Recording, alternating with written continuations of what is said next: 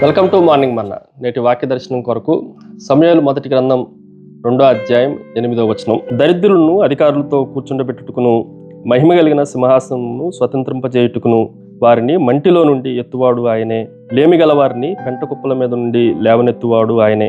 భూమి యొక్క స్తంభములు యెహోవా వశము, లోకమును వాటి మీద ఆయన నిలిపి ఉన్నాడు. మరొకసారి హన్నా చేసిన ఈ ప్రార్థనలో నుండి ఈ ఉదయకాల వాక్య దర్శనంలో 4 ప్రాముఖ్యమైన సత్యాలు మనం గ్రహించాలి. Number 1, it is A selection, ఎంపిక, ఎన్నిక. ఈ మాటను మనం జాగ్రత్తగా ఆలోచన చేస్తే మన నేపథ్యం ఏమైనప్పటికీ, మనము ఎలాంటి వారమైనప్పటికీ ఆయన మనల్ని ఎంచుకునేవాడు, ఎంపిక చేసుకునేవాడు అన్న మాటను మనం జాగ్రత్తగా ఆలోచన చేయాలి. దరిద్రులను అధికారులతో, రాజులతో కూర్చుండబెట్టడానికి ఆయనే మనల్ని ఎంపిక చేసుకున్నాడు. ఇది మనం కలగజేసుకున్న భాగ్యం కాదు, మన శక్తి సామర్థ్యము, మనకున్న జ్ఞానము, యుక్తి ఏమాత్రము కానే కాదు. దేవుని ఎంపిక మన నేపథ్యాన్ని బట్టి ఆయన పిలుపుకి ఏది అడ్డం కాదు అన్న విషయాన్ని కూడా మనం జాగ్రత్తగా ఆలోచన చేయాలి. రెండో విషయాన్ని మీకు జ్ఞాపకం చేస్తాను. ఇట్ ఈజ్ ఏ సెటిల్స్, స్థిరపరచుట, సిద్ధపరచుట. ఈ మాటను కూడా మనం జాగ్రత్తగా ఆలోచన చేస్తే దేవుడు మనల్ని సిద్ధపరిచేవాడు, స్థిరపరిచేవాడు. ఎలాగూ ఆయన సెటిల్ చేస్తున్నాడు అని అంటే మహిమ కలిగిన సింహాసనం మీదకి మనల్ని తోడుకొని వస్తా ఉన్నాడు. It is a throne of honour అని రాయబడింది. అంటే గౌరవప్రదమైన స్థానంలోనికి మనల్ని తీసుకుని వచ్చి మనల్ని స్థిరపరిచేవాడు.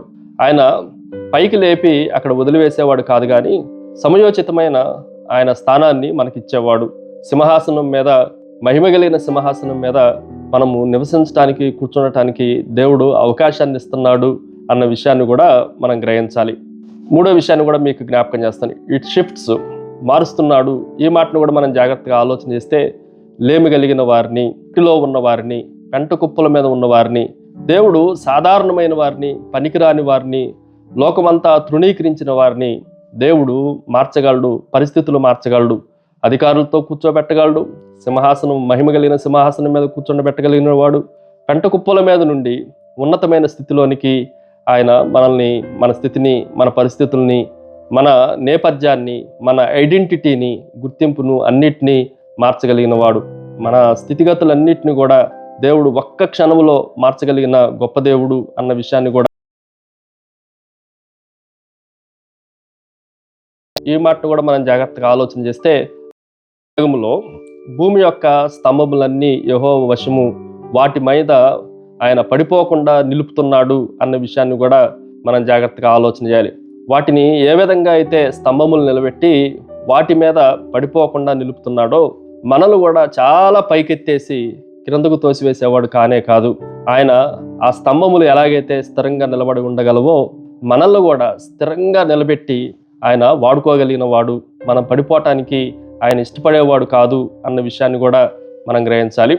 కాబట్టి అన్నా ప్రార్థనలో ఇంత శ్రేష్టమైన మాటలు ప్రతి పనికిమాలిన వారికిని, తృణీకరింపబడిన వారికిని, దూరంగా ఉన్న వారికిని, పెంట కుప్పల మీద ఉన్న వారికిని దేవుడిచ్చే సమయోచితమైన స్థానాన్ని బట్టి ప్రభుకి మహిమ కలుగును గాక.